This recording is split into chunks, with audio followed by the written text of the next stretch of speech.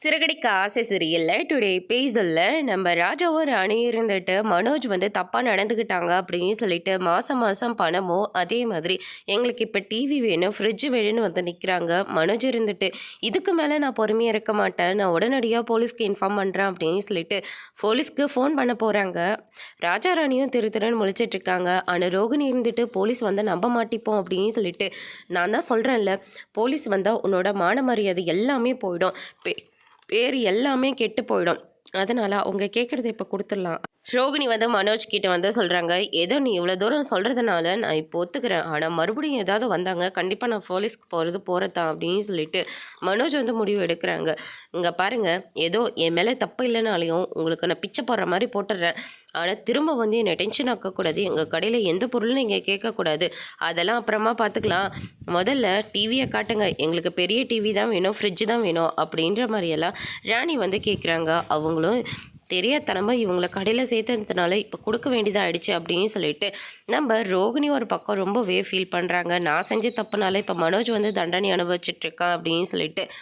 அதுக்கு அடுத்து தான் வந்து பார்த்திங்கன்னா நம்ம சீதாவை பார்க்குறதுக்காக ஹாஸ்பிட்டலுக்கு முத்து போகிறாரு.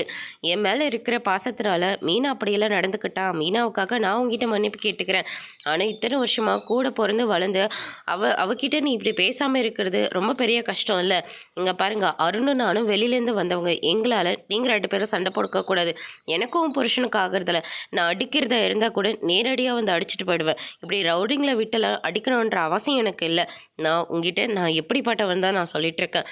அதே மாதிரி உன் அக்காவுக்கு உடம்பு சரியில்லை தெரியுமா, அக்காவுக்கு என்னாச்சு அப்படின்னு சொல்லிட்டு சீதா பதறி போகும். இதுக்கு பேர் தான் ரத்த பாசம் சீதா அப்படின்ற மாதிரி முத்து வந்து சொல்லிடுறாங்க.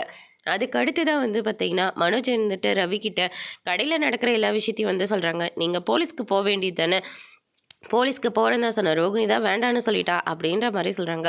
அடுத்த டைம் வந்தால் அவங்க ஒரு என்னென்ன பேசிக்கிறாங்கன்னு சொல்லிட்டா அவங்க வாயாலே எல்லா உண்மையும் வர வச்சுருங்க, அது ஒரு வீடியோவும் எடுத்து வச்சுருங்க அப்படின்ற மாதிரி முத்து மீனாவும் அந்த ஐடியா கொடுக்குறாங்க. அதுக்கு அடுத்து தான் எனக்கு ஒரு விஷயம் ஐடியா தோணுது அப்படின்னு சொல்லிட்டு நேராக அருண்கிட்ட போகிறாங்க.